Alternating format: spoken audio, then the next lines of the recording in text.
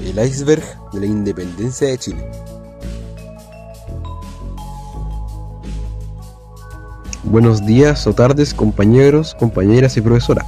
Les presentamos el proyecto que confeccionamos para ustedes, donde hablaremos de los conceptos y hechos más relevantes de la etapa histórica de la independencia de nuestro país, Chile, hablando desde el rol de los indígenas en esta etapa, como también de los personajes y las batallas que ocurrieron a través de un iceberg dividido en 3 niveles, aunque diferente a lo normal, ya que lo categorizaremos cronológicamente, y no por relevancia y o conocimiento general, siendo estas la patria vieja, la reconquista y la patria nueva.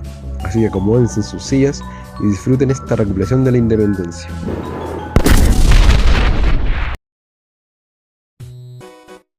Nivel 1. La patria vieja. Último parlamento, Mapuche. Se conoce como Parlamento de Negrete a la junta diplomática de la que emanó un tratado entre españoles y mapuches. Suele ser considerado como el último parlamento al que concurrieron los mapuches junto a sus autoridades españolas. Y como las anteriores juntas diplomáticas entre autoridades coloniales y jefes indígenas, es un tratado escrito de 8 artículos. 1. Reconocimiento y ratificación del rey Carlos IV como soberano. 2. Se acuerda autorizar el libre comercio y el libre tránsito. 3. Los principales caciques envían a algunos hijos al seminario de Chillán para que sean católicamente instruidos y puedan optar al sacerdocio. 4. Pese a haberse producido incursiones violentas, queda todo resentimiento olvidado y se ratifica la paz y amistad entre los dos bandos, y que cualquiera que alterase esta conducta o tomase armas para robos y venganzas, faltando a este tratado contra el respeto debido a la soberana autoridad, será considerado como un rebelde y castigado con todo el rigor que corresponde a los malos vasallos y enemigos de su propia sangre. 5. Ratifica acuerdo anterior de no permitirse la entrada y acogida de desertores o prófugos españoles en el territorio mapuche. 6. Los mapuches se comprometen a no tratar con sus marineros y aún más se comprometen a apoyar la defensa del reino frente a una eventual invasión. 7. Ratifica el compromiso mapuche de no incursionar en las pampas de Buenos Aires. 8. Parabienes, deseos de felicidad y paz, además de exhortación y recomendación a nombre del rey de escuchar, acoger y dar buen trato a los misioneros. Aquí vemos que la relación entre mapuches y españoles terminó una vez empezó la independencia de Chile, agregando un gran contexto a la ausencia de participación indígena en esta etapa históricamente, ya que los criollos o chilenos veían a los mapuches como aliados de sus conquistadores, y esto no cambia hasta mucho más tarde, como veremos en otros niveles.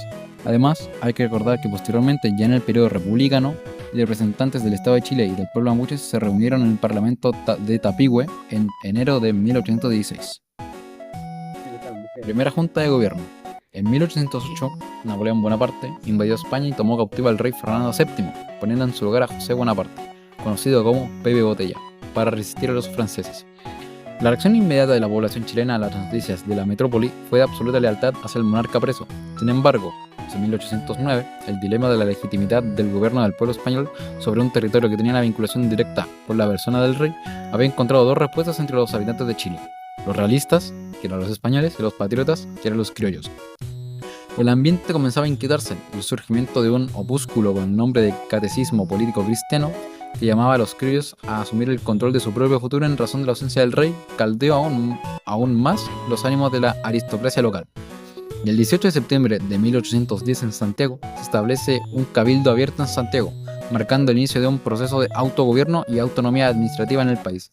Esta junta fue el primer paso hacia la independencia, aunque inicialmente se declaró lealtad al rey. La derrota final en la batalla de Rancagua, enfrentamiento que marcó el fin de la patria vieja y el inicio de la reconquista. El enfrentamiento se dio en el intento por frenar el avance hacia Santiago de las fuerzas realistas comandadas por el general Mariano Osorio. La batalla se inició el 1 de octubre de 1814, con el ataque simultáneo de los realistas contra cada una de las trincheras que ocupaban los patriotas en Rancagua. Luego de un duro día de batalla y habiéndose agotado los víveres y las municiones, el brigadier Bernardo Higgins solicitó refuerzos al brigadier José Miguel Carrera, que se encontraba con la división de reserva. Sin embargo, la ayuda nunca llegó, y en la mañana del 2 de octubre, O'Higgins ordenó emprender la retirada para evitar el aniquilamiento del contingente que quedaba en Rancagua. Fue así como alrededor de 500 hombres galoparon por la calle de la Merced hacia el campo Traviesa con el propósito de romper el cerco y emprender la retirada hacia Santiago. Luego de esta derrota, los patriotas comienzan la emigración a Mendoza, lugar en donde se prepara el ejército de los Andes que retomará a Chile en 1817. Nivel 2. La Reconquista. Restauración del poder español. Tras la derrota en Rancagua, que significó el exilio de los restos del ejército patriota al otro lado de los Andes, el jefe militar realista Mariano Osorio asumió el mando del país con el título de gobernador. La campaña de contrarrevolución emprendida por el virrey del Perú, Fernando de Abascal, tuvo éxito, siendo el paso siguiente restituir la autoridad del rey. Fernando VII, repuesto en el trono de España tras la caída de Napoleón, de inmediato se abolieron todas las iniciativas republicanas decretadas por José Miguel Carrera y Bernardo Higgins, y se restauraron las instituciones de gobierno, administrativas y judiciales de la colonia.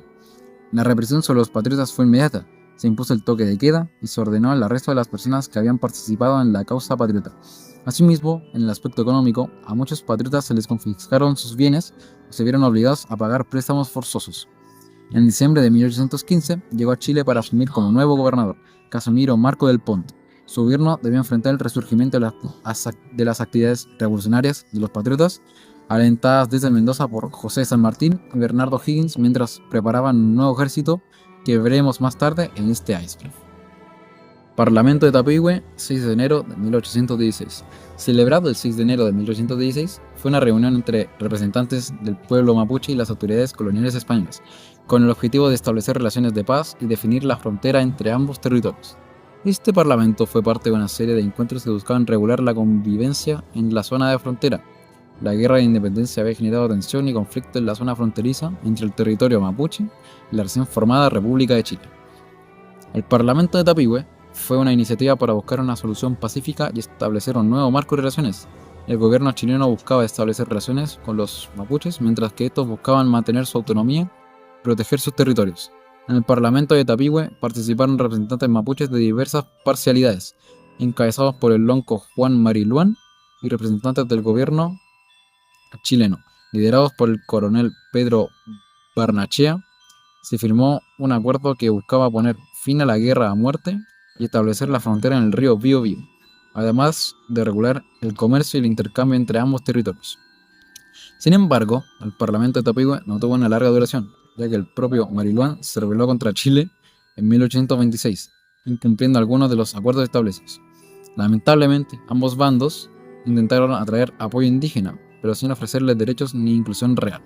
Los criollos no vieron a los indígenas como aliados políticos, sino como fuerza de trabajo o soldados auxiliares, básicamente como posible ayuda para los combates, pero no como parte de ellos.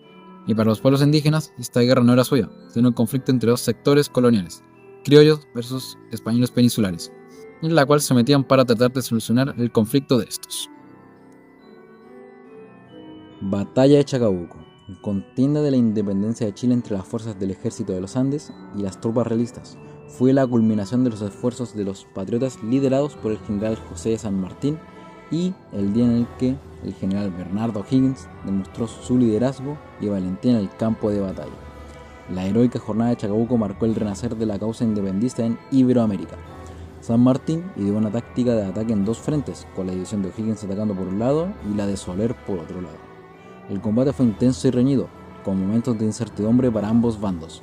Finalmente, la combinación de los ataques de O'Higgins, Soler y la caballería liderada por San Martín provocó la derrota de los realistas. La victoria en Chacabuco significó la culminación de los esfuerzos y trabajos de la organización del Cruce de los Andes. Con este hecho concluye el periodo de la Reconquista y se inicia el de la Patria Nueva. Los patriotas arriban a Santiago y en los días siguientes O'Higgins asume como director supremo. Nivel 3. Patria Nueva. Batalla de Maipú. En esta batalla se enmarca la Patria Nueva, etapa posterior a la Reconquista española. Chile ya había proclamado su independencia oficialmente el 12 de febrero de 1818, pero esta aún no era segura militarmente, ya que las fuerzas realistas seguían activas. Fue un enfrentamiento decisivo en la Guerra de Independencia de Chile. En ella las fuerzas patriotas lideradas por José de San Martín y Bernardo Higgins derrotaron al ejército realista español, sellando la independencia de Chile. La batalla tuvo lugar en los llanos de Maipú, cerca de Santiago. Tras la victoria en Maipú, los criollos consolidan el poder en la zona central. Estaban enfocados en crear un estado centralizado y controlado por las élites, sin espacio para reconocer autonomías indígenas. Para ellos, el sur del Biobío era un espacio futuro para la expansión del estado, pero no era prioridad aún. Los mapuches eran vistos como chilenos potenciales, pero atrasados, que eventualmente debían ser asimilados o dominados, demostrando cómo era que querían quitarles su identidad y hacerlos parte de ellos. La Guerra de Arauco fue un prolongado conflicto que enfrentó a las fuerzas militares de la Capitanía General de Chile, perteneciente al Imperio Español y sus aliados indígenas, contra los mapuches y algunos aliados pertenecientes a los pueblos Cunco, Huiliche, Pehuenche y Picunche. La zona del conflicto comprendía entre el río Mataquito y el seno de Reloncaví, situándose la mayor parte de ella principalmente de Concepción, la zona costera de la actual región del Biobío y la región de la Araucanía. Este conflicto duró aproximadamente 3 siglos, entre 1536 y 1818. Las tensiones entre los españoles y los pueblos mapuches continuaron hasta la independencia de Chile en 1818. Tuvo diferentes grados de intensidad, llamándose Guerra Armada, propiamente tal alrededor de la mitad de ese periodo, y con distintos periodos de paz, gracias a la realización de parlamentos como mencionamos anteriormente. Así, al alcanzar la independencia, Chile, los conflictos continuaron con la ocupación chilena de la Araucanía, conocido oficialmente como Pacificación de la Araucanía, ya más tarde en la República. La renuncia de O'Higgins. Por esos tiempos se presentaron diferentes tensiones sociales, por ejemplo, el pueblo, campesinos, clases medias e incluso parte del ejército estaban descontentos con su gobierno. Las reformas de O'Higgins, como la abolición de títulos de nobleza o el fin del mayorazgo, afectaron a las élites conservadoras y las masas populares también estaban frustradas debido a la pobreza, desigualdad y centralismo. También otras autoridades del pueblo percibieron algo de autoritarismo por parte de O'Higgins, ya que gobernaba como director supremo, cargo con amplios poderes. Fue acusado de actuar con autoritarismo, de gobernar con poca participación democrática, aunque intentó crear un congreso y constituciones. Las instituciones eran inestables y cambiaban rápido.